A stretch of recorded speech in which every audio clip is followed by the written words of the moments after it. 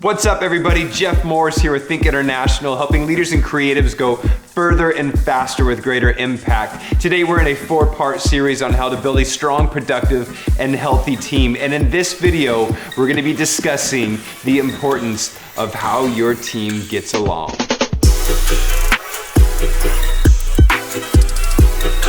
A bigger team isn't always a better team. Sometimes you can accomplish more with 5 than you can with 10, just depending upon the chemistry of your team. Now, when people hire or add to a team, there's 3 things that they normally focus on. That's character. What's the person like? Are they good? Do they have integrity? And then there's competency, which is, can they do the job? Are they qualified enough to do it? And then there is chemistry, and chemistry is often the one that's ignored, but I think honestly the most important, because chemistry is what makes your team gel or not gel, how they get along together. And if they get along well together, then they're going to work well together, and if they work well together, they're going to produce more together. And then you as the leader have to be able to create a culture where people are empowered, collaboration is normal, failure is not feared, wins are celebrated, and all feel valued.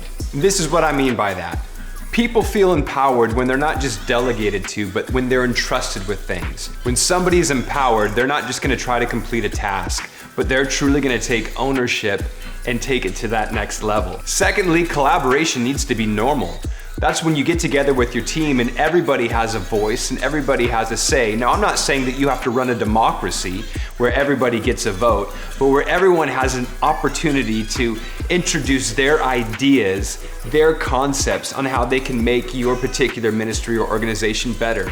The best meetings take place when everybody is throwing out an idea or something that they had in mind. A decision is made and people walk out of the meeting not knowing who exactly said what, but just together collectively as a team, you came up with that idea. Third, failure isn't feared, and this one is hard because when people make mistakes and things don't go as planned, we always want to try to fix it and figure out who is responsible and why. Now, you can figure out who is responsible, but the way that you deal with that person who is responsible for the mistake or the reason why the project didn't go it was supposed to go or the event didn't happen the way it was supposed to happen speaks volumes to your team. If you want people to try new things and continue to progress, they cannot be afraid to fail, because a fear of failure will hinder your progression as a team. Fourthly, wins are celebrated.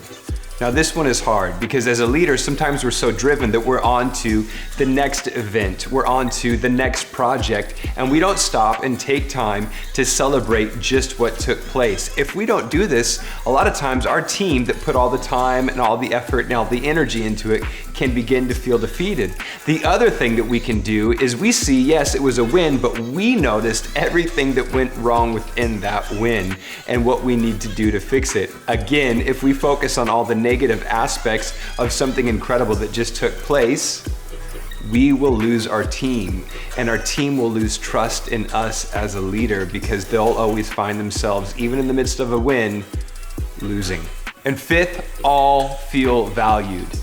Now, different people are going to play different roles on your team, and sometimes we tend to elevate certain people that we like better than others or that we value their particular gift better than others, but it's important for us as the leader to see the team as a whole as well as individuals and to celebrate each individual for what they bring to the team and what they do for the organization or the ministry.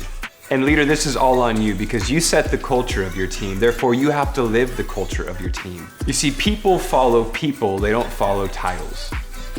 There's a famous quote in the movie Braveheart where Robert the Bruce, which by the way is a fantastic movie, you haven't seen it, you gotta see it. But anyways, Robert the Bruce is talking to William Wallace and he says to him, he goes, men follow men, they don't follow titles. What he's saying is William, be inspirational and be relational with these people.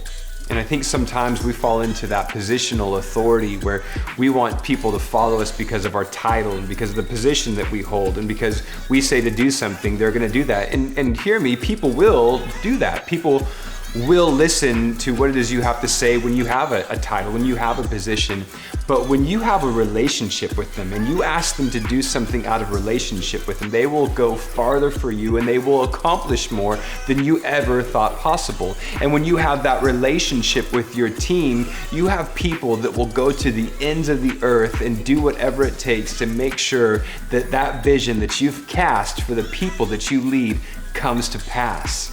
So leader, let me encourage you as you build this team, as you're trying to create this synergy, to evaluate yourself. Are you creating a culture on your team where people are empowered, collaboration is normal, failure is not feared, wins are celebrated, and all feel valued?